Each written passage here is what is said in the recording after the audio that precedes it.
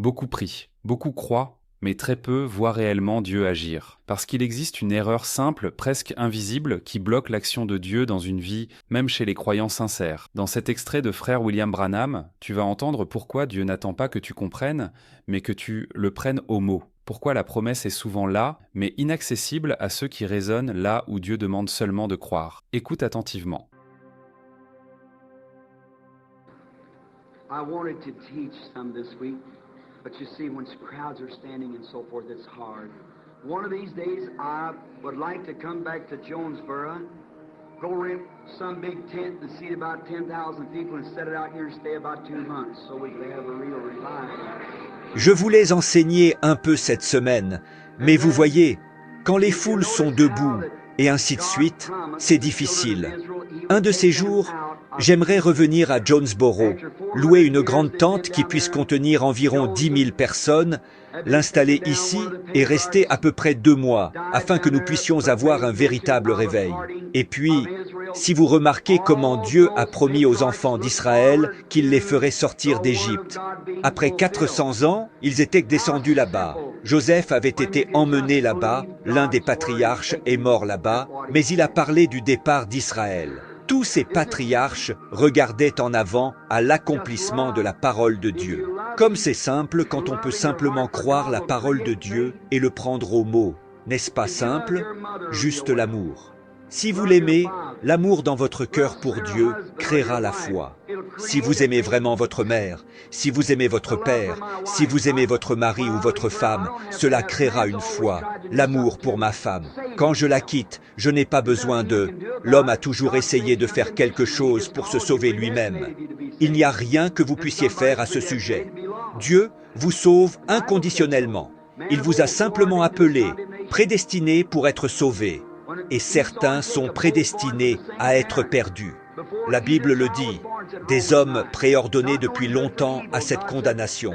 Quand Ésaü et Jacob, tous deux nés des mêmes parents, avant que l'un ou l'autre enfant soit né, dit Romains 9, ne connaissant ni le bien ni le mal, Dieu a dit que, afin que l'élection demeure ferme.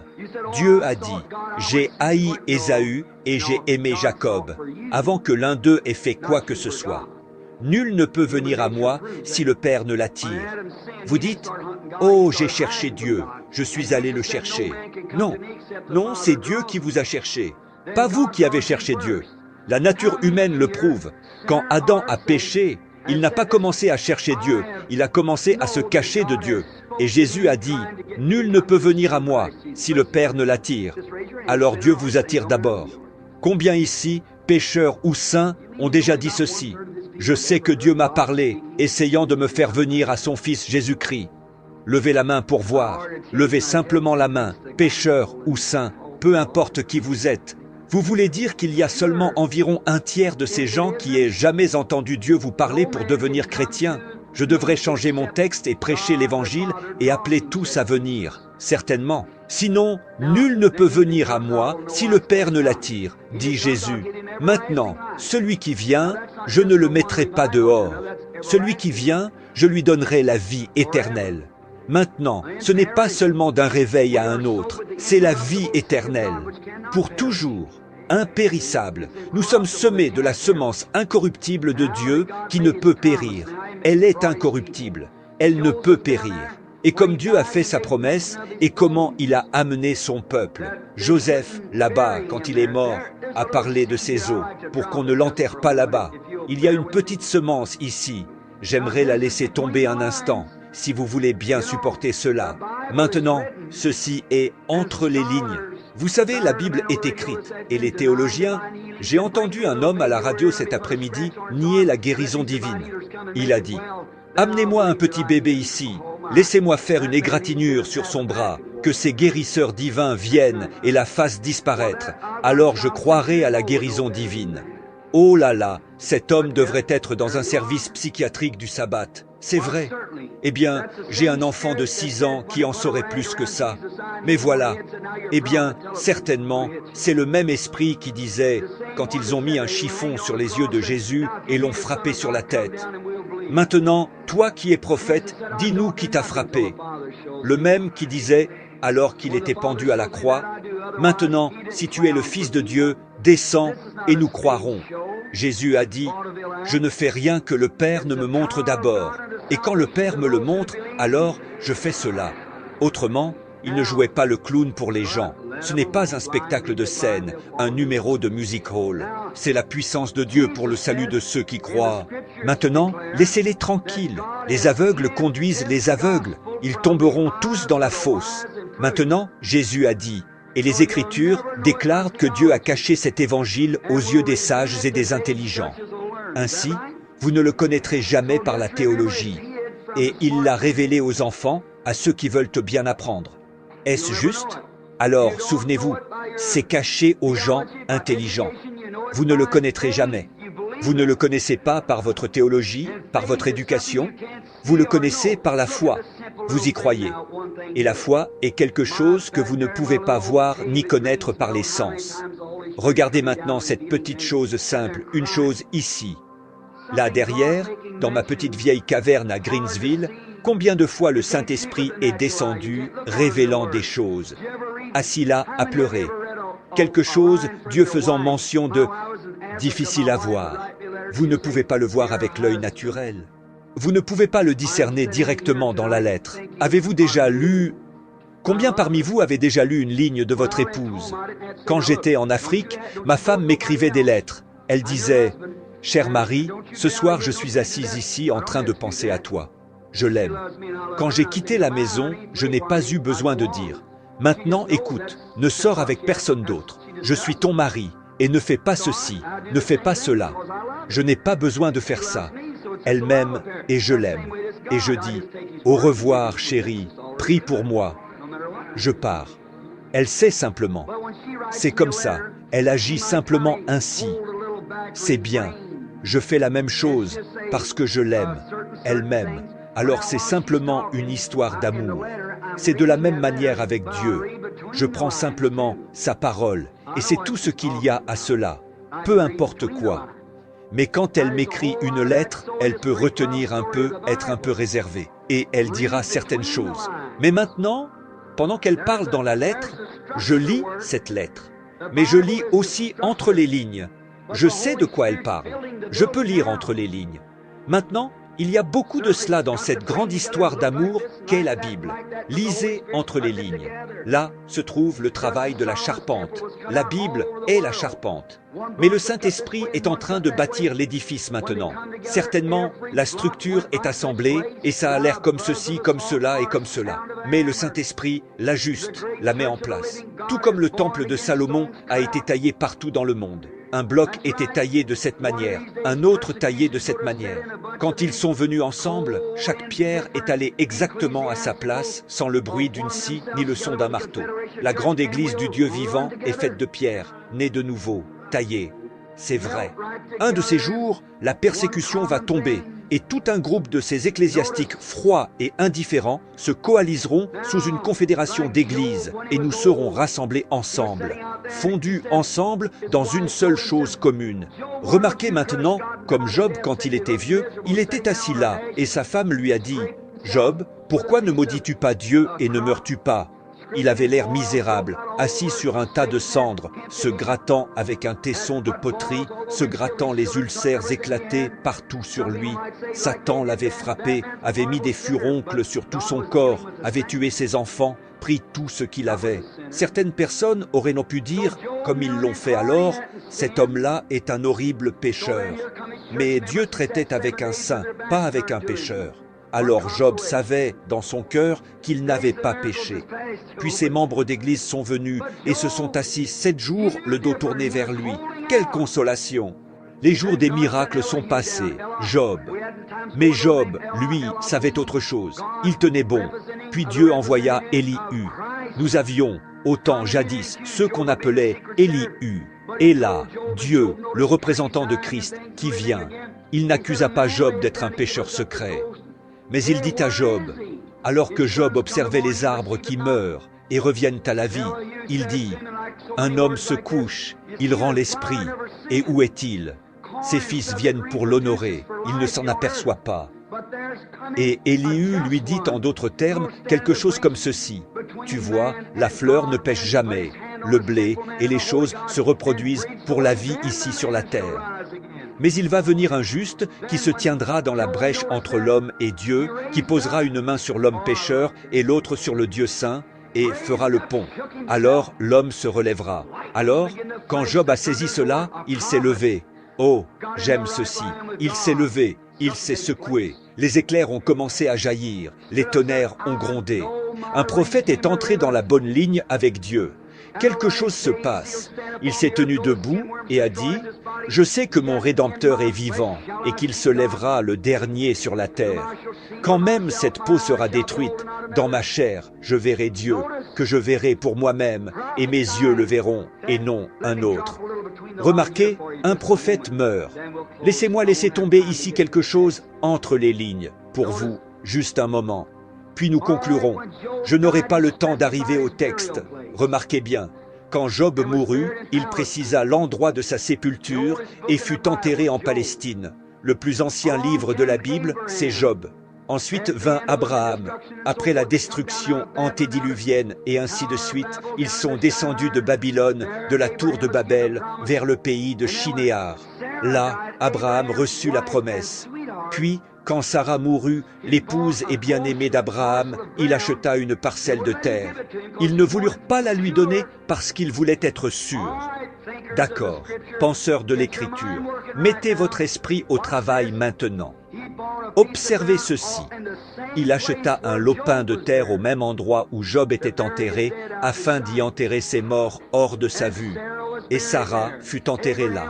Abraham, quand il mourut, se coucha dans le même tombeau que Sarah. Abraham engendra Isaac. Quand Isaac mourut, Isaac se coucha avec Abraham. Isaac engendra Jacob, et Jacob mourut en Égypte. Mais quand il mourut, il dit « Ne m'enterrez pas ici-bas, ramenez-moi en Palestine et enterrez-moi là-bas. » Et il fit jurer Joseph en posant sa main sur sa hanche, là où il avait boité toute sa vie, ou la plus grande partie de sa vie. Regardez-le là, au gué du fleuve, un grand homme, fort et en bonne santé, de ce côté-ci, fuyant Dieu, et de l'autre côté, un prince boiteux. Oh, là là, comme il a dit, Joseph, mon fils, pose ta main sur ma hanche, ce prince boiteux, et jure par Dieu que tu ne m'enterreras pas ici-bas. Je me demande pourquoi. Ils l'emmenèrent en Palestine et l'y enterrèrent. Et Joseph mourut et dit, ne m'enterrez pas ici-bas. Je me demande pourquoi. Il dit, prenez mes os et enterrez-les là-haut dans le pays promis, là-haut en Palestine. Pourquoi?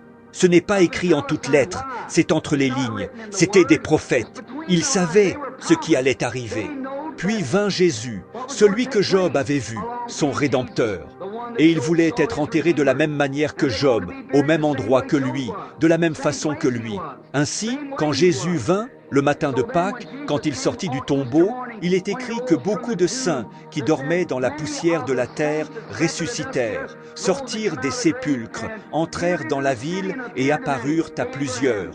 Abraham, Isaac, Jacob, Job. Qu'est-ce que c'était? Regardez, frères, ils savaient qu'il n'y avait pas de résurrection en Égypte. La résurrection était dans le pays promis. C'est pourquoi je dis aujourd'hui, traitez-moi de saint exalté si vous voulez, traitez-moi de fanatique si vous voulez, mais enterrez-moi en Jésus. Car ceux qui sont en Jésus, Dieu les amènera avec lui à la résurrection. Laissez-les dire ce qu'ils veulent. Ils peuvent traiter les autres de fanatiques, de n'importe quoi, mais ceux qui sont en Christ, Dieu les amènera avec lui.